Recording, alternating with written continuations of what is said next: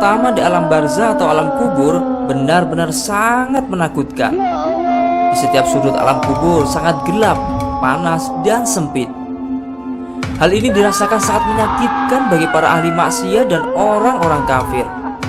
Di tempat inilah mereka nantinya akan bertemu dan ditanya malaikat mungkar dan nakir yang sangat menyeramkan. Amal mereka lah tentunya yang hanya bisa menyelamatkan. Amal mereka lah yang nantinya bisa membantu menjawab semua pertanyaan malaikat di alam kubur. Namun tak sedikit dari mereka yang tidak bisa menjawab pertanyaan kubur akan menerima azab dan siksaan yang sangat berat dan menyakitkan. Hal ini dikarenakan amal keburukan mereka sangat besar. Akibatnya mereka harus mendapatkan balasan yang setimpal atas amalnya dengan berbagai macam siksaan kubur yang sangat pedih. Lalu seperti apa kisah selengkapnya? Simak video ini sampai selesai.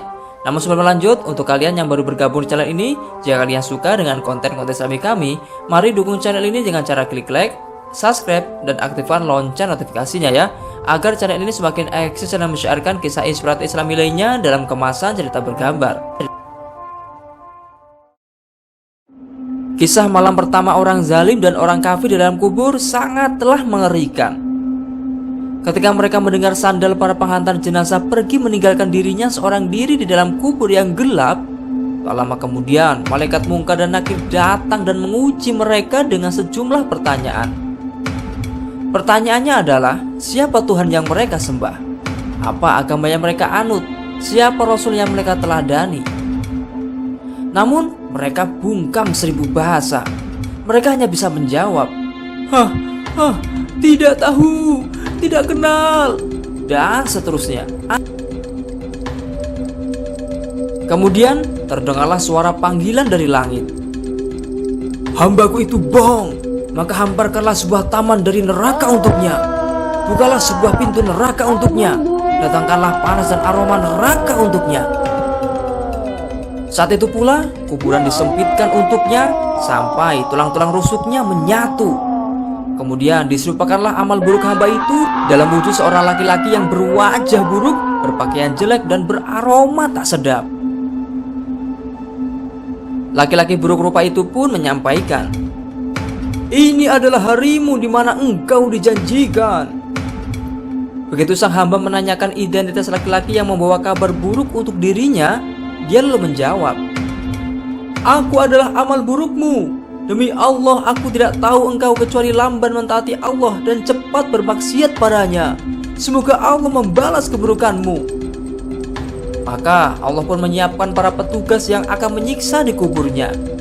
Petugas itu tunanetra, tunarungu, dan tunawicara. Di tangannya terdapat gagang besi yang apabila dipukulkan pada gunung, ia akan menjadi hancur lebur menjadi tanah. Dengan besi itulah sang hamba yang kufur itu dipukuli sampai hancur menjadi tanah. Setelah hancur, Allah kemudian mengembalikannya lagi seperti semula untuk dipukuli kembali. Begitu seterusnya. Setiap kali dipukul, teriakannya terdengar oleh segala sesuatu kecuali jin dan manusia. Selanjutnya, dia melihat kediamannya di surga seandainya dirinya dulu beriman, serta kediamannya di neraka yang akan ditempatinya akibat kekufuran dan kesesatannya.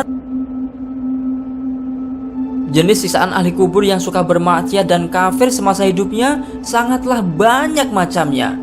Di antaranya, mereka ada yang dirobek-robek mulutnya, dimasukkan ke dalam tanur yang dibakar, dipecah kepalanya di atas batu. Ada pula yang disiksa di sungai darah. Bila mau keluar dari sungai itu, dilempari batu pada mulutnya. Rasulullah SAW berkata kepada malaikat Jibril dan Mikail, "Beritahukanlah kepadaku tentang apa yang aku lihat." Keduanya lalu menjawab, "Ya, adapun orang yang engkau lihat dirobek mulutnya, dia adalah pendusta. Dia berbicara dengan kedustaan, lalu kedustaan itu dinukil darinya sampai tersebar luas. Maka dia disiksa dengan siksaan tersebut hingga hari kiamat. Adapun orang yang engkau lihat dipecah kepalanya, dia adalah orang yang telah Allah ajari Al-Quran, namun dia tidur malam dan tidak bangun untuk sholat malam. Pada siang hari pun dia tidak mengamalkannya, maka dia disiksa dengan siksaan itu hingga hari kiamat.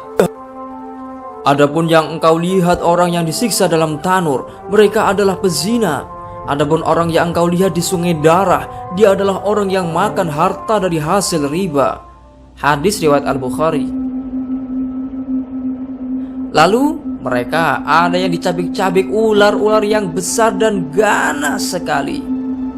Rasulullah SAW bersabda, tiba-tiba aku melihat para wanita yang payudara-payudara mereka dicabik-cabik ular yang ganas. Maka aku bertanya, kenapa mereka? Malaikat menjawab, mereka adalah para wanita yang tidak mau menyusui anak-anaknya tanpa alasan syar'i. Hadis riwayat Al-Hakim. Kemudian mereka ada yang diperlihatkan neraka jahanam.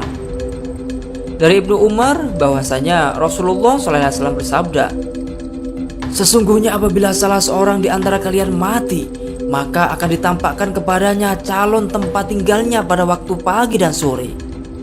Bila dia termasuk calon penghuni surga, maka ditampakkan kepadanya surga. Bila dia termasuk calon penghuni neraka, maka tampakkan kepadanya neraka. Dikatakan kepadanya, ini calon tempat tinggalmu hingga Allah membangkitkanmu pada hari kiamat. Muttafaq alaih. Adapun untuk orang-orang kafir dan munafik, mereka dipukul dengan palu dari besi, tepatnya di wajahnya. Mereka lalu menjerit dengan jeritan yang sangat keras yang didengar seluruh penduduk bumi kecuali dua golongan, yakni jin dan manusia. Di alam barzah juga banyak yang diazab dengan cara disempitkan kuburnya sampai tulang-tulang rusuknya saling bersilangan, dan didatangi teman yang buruk wajahnya dan busuk baunya. Begitulah beberapa macam gambaran kengerian azab dan siksa di alam kubur dan masih banyak lagi. Begitu melihat azab yang telah menantinya, mereka lalu berdoa kepada Tuhannya agar tidak didirikan dulu kiamat. Azab itu pula yang telah membuat dirinya disiksa di alam kubur.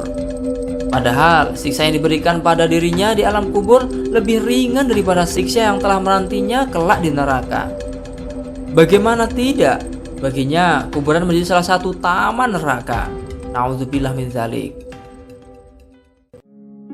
Adapun amalan yang bisa menyelamatkan kita dari siksa kubur diantaranya zikir kepada Allah, sholat, puasa, haji, umroh, sedekah, menjalin silaturahim, amal ma'ruf nahi mungkar, menghindari perbuatan yang memicu azab kubur dan masih banyak lagi. Adapun termasuk orang yang selamat dari siksa kubur adalah orang yang meninggal dunia pada hari Jumat dan meninggal karena sakit perut dalam arti syahid. Marilah kita selalu berdoa dan berlindung kepada Allah agar selamat dari siksa neraka, sebagaimana yang dicontohkan Rasulullah SAW. Allahumma inni a'udzubika min adzabin nar wa min fitnatin nar wa min fitnatil qabri wa adzabil qabri wa syarri fitnah. Ya, artinya, ya Allah, sesungguhnya aku berlindung kepadamu dari siksa api neraka dan fitnah mereka, dan fitnah kubur, dari azab kubur, dari keburukan fitnah Al-Masih Ad-Dajjal, dari keburukan fitnah kekayaan, dan dari fitnah kefakiran. Hadis riwayat Ahmad. Semoga kita semua termasuk orang yang selamat dari azab kubur. Amin. Wallahu a'lamu bishawab wal muradi. Kunjungi juga website resmi kami di alamat www.hidayahilahi.com agar kalian bisa mendapatkan kisah dan cerita Islami lainnya secara gratis. Dan jangan lupa follow websitenya juga ya. Nah, dari kisah ini semoga menjadi teladan dan inspirasi bagi kita semua. Amin. Mari kita membaca salawat kepada Rasulullah SAW. Shallallahu ala Nabi Muhammad. Allahumma sholli alaihi.